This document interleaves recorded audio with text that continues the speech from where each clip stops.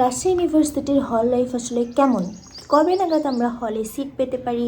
হলে থাকার সুবিধা অসুবিধা কী? এই সব কিছু নিয়ে আজকের ভিডিওতে কথা হবে। তো লেটস গেট স্টার্টেড।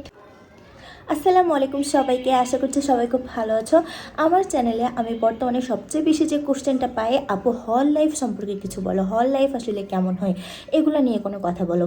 তো ভাবলাম যে হ্যাঁ, আমার কিছু বলা উচিত। তো তার কারণে আমি আজকের ভিডিওটা বানাতে বসছি। আর ভিডিওটা তোমরা লাস্ট অবধি দেখবা। লাস্টে আমি কিছু গুরুত্বপূর্ণ কথা বলবো, যেগুলো আই হোপ দেখলে তোমরা পুরো বিষয়টা বুঝতে পারবা যে হল লাইফ আসলে কেমন। তো চলো আমি বেশি বকবক না করে কথা বলা শুরু করি যে আসলে হল লাইফ কেমন। প্রথমত হচ্ছে, যদি তুমি ভার্সিটিতে ভর্তি হও, সেক্ষেত্রে যদি তুমি হলে না থাকো, তাহলে আসল যে ভার্সিটির ভাইবটা সেটা তুমি পাবা না। তো তার জন্য তোমাকে অবশ্যই হলে থাকতে হবে। এখন প্রথম যে কোশ্চেনটা আমি পাই যে আপু, ভর্তি হওয়ার 1 বছরের মধ্যে বা ফার্স্ট ইয়ারে কি আমি হল পাবো? দেখো, এটা বিভিন্ন বিষয়ের উপর ডিপেন্ড করে। যেমন তুমি কোন হলে তোমার অ্যালট দেওয়া হয়েছে, সেই হলে সিট কেমন, মানে হচ্ছে সেই হলে কোনো ফাঁকা সিট আছে কিনা, প্লাস হচ্ছে তোমার হচ্ছে রেজাল্ট, সেমিস্টারে যে রেজাল্ট, সেই রেজাল্টটা কেমন, এসব কিছুর উপরেই ডিপেন্ড করে। তবে সাধারণত ফার্স্ট ইয়ারে খুব কম মানুষ সিট পায়, তবে সেকেন্ড ইয়ারে মোটামুটি সবাই সিট পেয়ে যায়। আর হচ্ছে কস্ট কেমন, এটা নিয়ে তোমরা অনেকে জানতে চেয়েছো। দেখো, প্রত্যেক 6 মাস অন্তর, অর্থাৎ প্রত্যেক সেমিস্টার ফি দেওয়া লাগে, আর সেমিস্টার ফির সাথে হল ফিও দেওয়া লাগে। দেখা যায় যে ওই 6 মাসে 1000 থেকে 1500 টাকা তোমার হলের জন্য দেওয়া লাগে।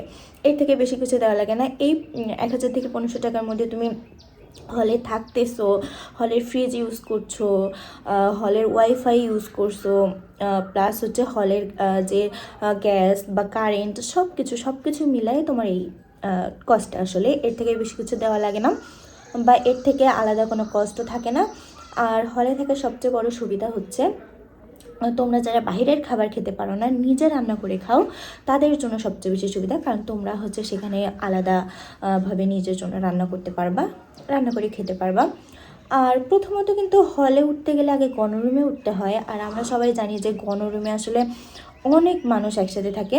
তো সেক্ষেত্রে হচ্ছে তোমাদের কিছু অসুবিধা হতে পারে। তবে আমি গণরুমে থাকিনি, আমার ফ্রেন্ডরা থাকতো আর কি। তো তাদের সাথে যে আমি মাঝে মাঝে হচ্ছে থাকতাম। তো সেই সূত্রে জানি যে গণরুমে কিন্তু খুব বেশি অসুবিধা হয় না, কারণ সেখানে সবাই হচ্ছে খুবই সাইলেন্টলি তাদের কাজকর্ম করে। আর হচ্ছে তাদের গণরুমের জন্য আলাদা ওয়াশরুম থাকে। তো সব মিলায় গণরুমে কোনো সমস্যা হওয়ার কথা না। দেন গণরুম থেকে তুমি যেয়ে তোমার মেইন রুমে যাইতে পারো আর কি। তো তুমি রুম যখন পাবা, সেই রুমে সাধারণত আমি দেখে আসছি যে প্রত্যেকটা হলে সাধারণত হচ্ছে 4 জনের সিট থাকে। কোনো হল, যেমন হচ্ছে আগে ছিল তো বঙ্গমাতা হল, এখন হচ্ছে মেবি জুলাই 36 যে হল, সেখানে আমি এক রুমে হচ্ছে 2 জনকে দেখছি থাকতে, আমার ফ্রেন্ড। তো ফ্রেন্ডের রুমে একদিন গিয়েছিলাম, দেখি যে 2টা সিট। তো এটা আমার কাছে অনেক ভালো লেগেছে, কারণ 2টা সিট হইলে তোমার হচ্ছে কী বলে ওটা, পড়াশোনাটা অনেক ভালো হয়, কোনো ঝামেলা হয় না। আর আরেকটা বিষয় যেটা আমি প্রথমে বলছিলাম যে রুমমেটের কথা, আসলে যদি তোমার রুমমেট অনেক বেশি ফ্রেন্ডলি হয়, কোনো রুলস রেগুলেশন না থাকে, তাহলে তুমি খুব সুন্দরভাবে সেখানে অ্যাডজাস্ট করে নিতে পারবা। আর যদি একটু রুমমেট কেমন বলবো, যে একটু বেশি রুলস দিয়ে রাখে, যে এই সময় এই কাজ করা যাবে না বা বেশি কথা বলা যাবে না, বিশেষ করে সে যদি সিনিয়র হয়, তাহলে তোমার একটু প্যারা হয়ে যেতে পারে। বাট নেভার মাইন্ড, এটা কোনো বড় সমস্যা না।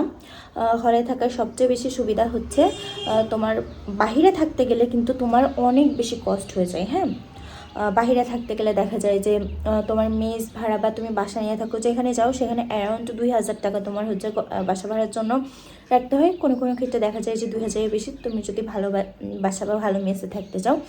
কিছু মেসে আছে যে নিজেদের রান্না করে খাওয়ার সুবিধা থাকে। তো আমার মনে হয় যে মেস লাইফ একদম ভালো না, সেই তুলনায় হল লাইফ অনেক বেশি ভালো। তো অনেকগুলো সুবিধার কথা বললাম।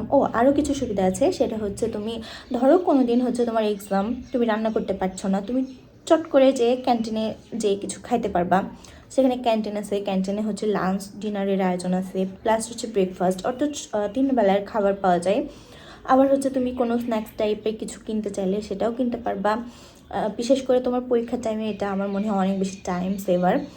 প্লাস হচ্ছে দেখা যায় যে যখন খুশি তখন তুমি ক্যাম্পাসে ক্লাসে যেতে পারো, যেটা হচ্ছে যারা বাসায় থাকে তারা পারবে না। কারণ অনেক সময় হচ্ছে সকাল 9টার দিকে ম্যাক্সিমাম টাইমে ক্লাস থাকে, তো তখন তুমি হল থেকে চট করে ওইটুকু হেঁটে চলে যেতে পারবে ক্লাসে। বাট যারা আমার মতো বাসায় থাকো, আমি কিন্তু হলে থাকি না, হ্যাঁ, তো প্রথমে বলে দিই যে আমি কিন্তু হলে থাকি না, বাট আমি এগুলো সম্পর্কে জানি, হ্যাঁ জানি, কারণ হচ্ছে আমার খুব ক্লোজ ফ্রেন্ডরা হলে থাকে, তাদের কাছ থেকে আমি অনেক শুনছি, প্লাস তাদের হলে যেয়েও আমি থাকছি। তো তোমাদের জন্য আসলে আমি বেশি করে তাদের কাছ থেকে শুনেছি যে হচ্ছে হল লাইফ আসলে কেমন হয়, যাতে আমি তোমাদেরকে বলতে পারি। তো যাই হোক, আমি বাসায় থাকি, মানে বাসা নিয়ে থাকি আম্মুর সাথে। তো সেক্ষেত্রে দেখা যায় যে আমার এখান থেকে যেতেই লাগে 15-20 মিনিট রিক্সায় যেতে, আর হেঁটে গেলে তো আধা ঘন্টার বেশি লাগবে। প্লাস হচ্ছে এখান থেকে যেতে আমার কিন্তু অনেক বেশি ভাড়া লাগে।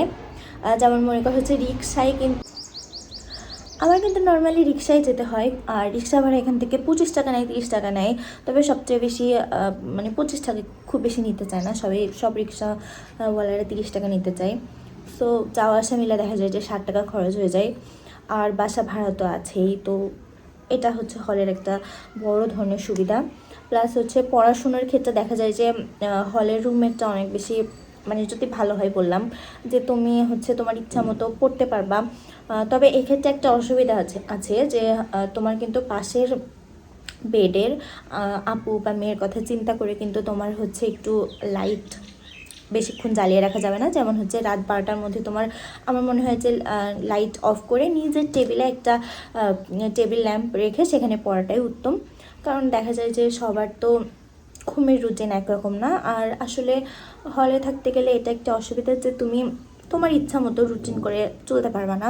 দেখা যায় যে তুমি রাতে পড়তে পছন্দ করছো, বাট তোমার যে রুমমেট সে হচ্ছে বেশি রাত জাগতে পছন্দ করে না, সেটা দেখা যায় যে তোমার তোমার তোমার হচ্ছে জোরে পড়া যায় না, আস্তে আস্তে পড়তে হয় যাতে তার কোনো ঘুমের অসুবিধা না হয়।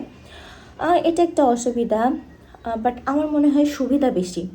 কারণ হচ্ছে তুমি তোমার ক্যাম্পাসে যে কোনো ধরনের অনুষ্ঠান হলে সেখানে তুমি খুব বেশি রাত পর্যন্ত, দেখা যায় যে 11টা পর্যন্ত থাকতে পারবে, কারণ সেটা তো তোমার হলের সামনেই হচ্ছে, তাই না? তো তুমি চট করে হল থেকে যেতে পারবা, হলে আসতে পারবা। প্লাস হচ্ছে হলে বিভিন্ন ধরনের অনুষ্ঠান হয়, সবাই মিলে হচ্ছে পিকনিক করে। তো এগুলো আমার মনে হয় যে একাকিত্ব কাটাতে অনেক বেশি ভালো হয়।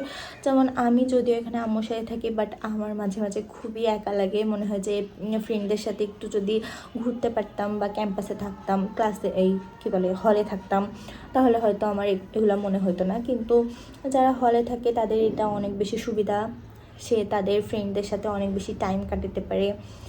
যে কোনো ধরনের ওয়ান ডিশ পার্টি বলো, পিকনিক বলো, বারবিকিউ পার্টি, যে রিসেন্ট হচ্ছে 31st নাইটে বা জানুয়ারি মাসেও অনেকে হচ্ছে বারবিকিউ পার্টি করছে। বাট আমি যেহেতু হলে থাকি না, আর আমার বাসা থেকে অ্যালাউ করে না যে হলে যে রাত থাকা, সো আমি করতে পারি নাই। এটা আমার জন্য খুবই দুঃখজনক একটা ব্যাপার, আমার খুবই খারাপ লাগছিল। তো আমার মনে হয় যে হলে থাকার সুবিধা অনেক। আর আমি কি বললাম, হলে থাকার সুবিধা বললাম, কষ্ট বললাম, অসুবিধা বললাম, আর কি বলবো, আর তো বলার মতো কিছু পাচ্ছি না। সব মিলায় বলা যায় যে হলে থাকার সুবিধাই বেশি। আই হোপ তোমরা বুঝতে পারছো। লাস্টলি আমি যে কথাটা বলবো বলে ভাবছিলাম, যে আমার অ্যাডভাইস থাকবে যে তোমরা হলে উঠো, হ্যাঁ, তোমরা যখন সুযোগ পাবা তখন হলে উঠো।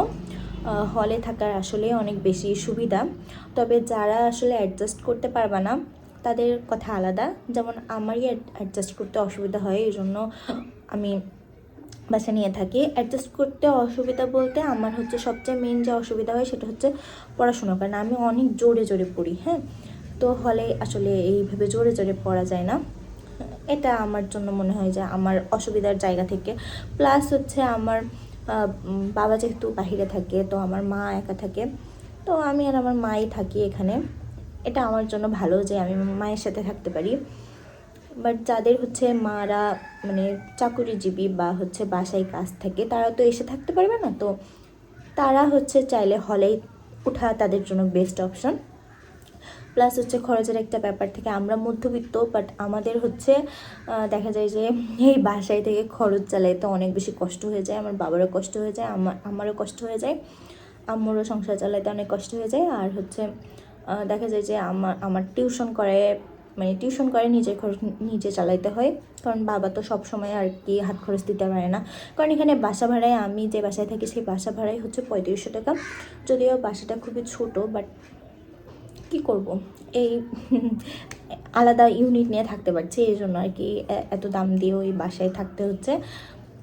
তো এই তো আজকে এই ভিডিও পর্যন্ত থাকতেছে। আই হোপ তোমাদের ভিডিওটা ভালো লেগেছে। তোমরা এই ভিডিওর কমেন্ট সেকশানে কমেন্ট করো যে আরও কী কী তোমরা জানতে চাও। আমি কি সব কিছু বললাম নাকি কিছু কিছু স্কিপ করে গেলাম, আমার ঠিক মাথায় আসতেছে না। তো তোমরা হচ্ছে আমাকে জানাও যে আর কী কী জানার আছে। তো সবাই সুস্থ থেকো, ভালো থেকো, আল্লাহ হাফিজ।